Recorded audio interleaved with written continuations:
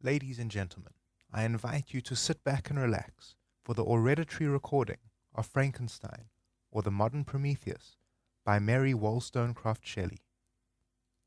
Letter 1 to Mrs. Saville, England, St. Petersburg, December 11th, 1700s.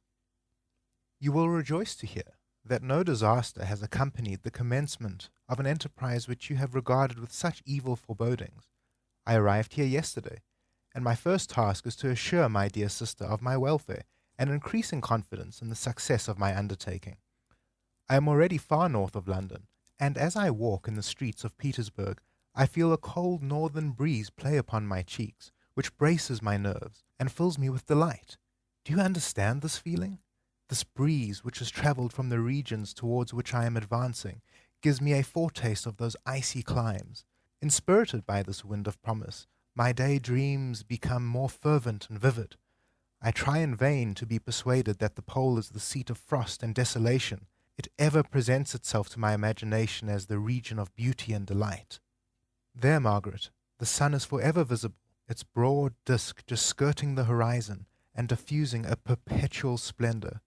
There, for with your leave, my sister, I will put some trust in preceding navigators. There snow and frost are banished, and, sailing over a calm sea, we may be wafted to a land surpassing in wonders and in beauty every region hitherto discovered on the habitable globe. Its productions and features may be without example, as the phenomena of the heavenly bodies undoubtedly are in those undiscovered solitudes. What may not be expected in a country of eternal delight?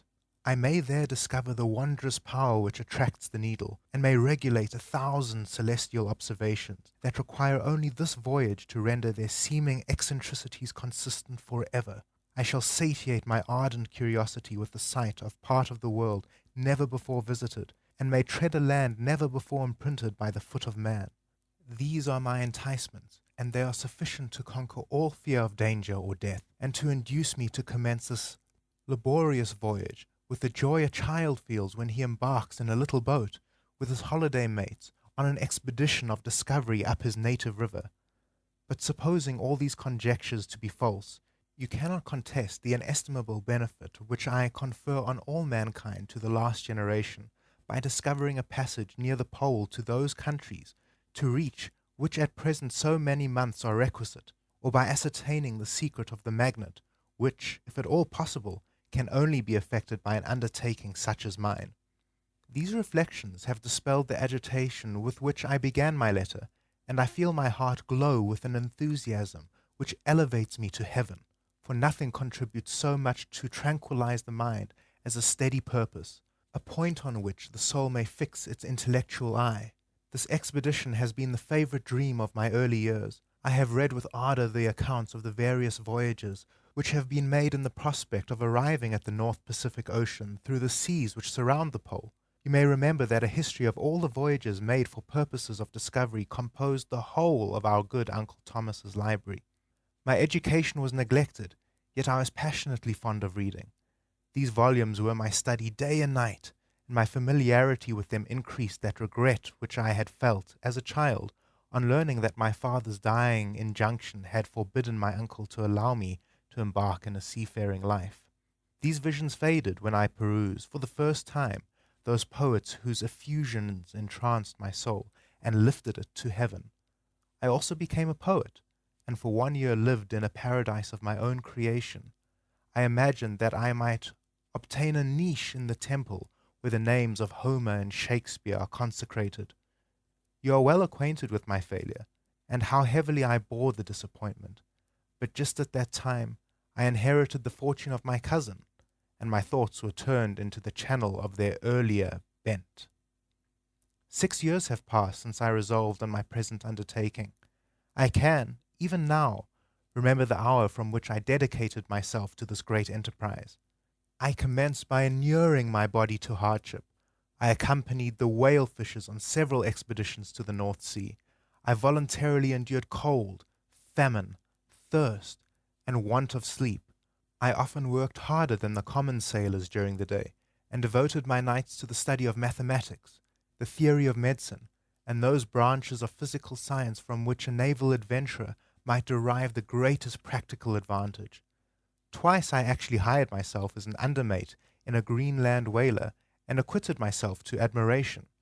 I must own, I felt a little proud when my captain offered me the second dignity in the vessel and entreated me to remain with the greatest earnestness. So valuable did he consider my services.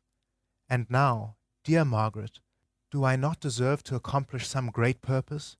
My life might have been part ease and luxury, but I preferred glory to every enticement that wealth placed in my path. Oh, that some encouraging voice would answer in the affirmative.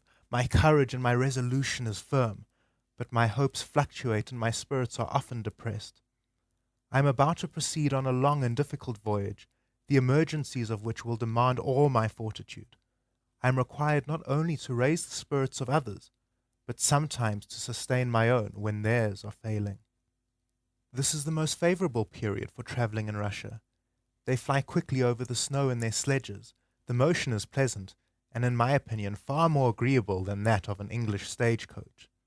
The cold is not excessive if you are wrapped in furs, a dress which I have already adopted, for there is a great difference between walking the deck and remaining seated motionless for hours, when no exercise prevents the blood from actually freezing in your veins.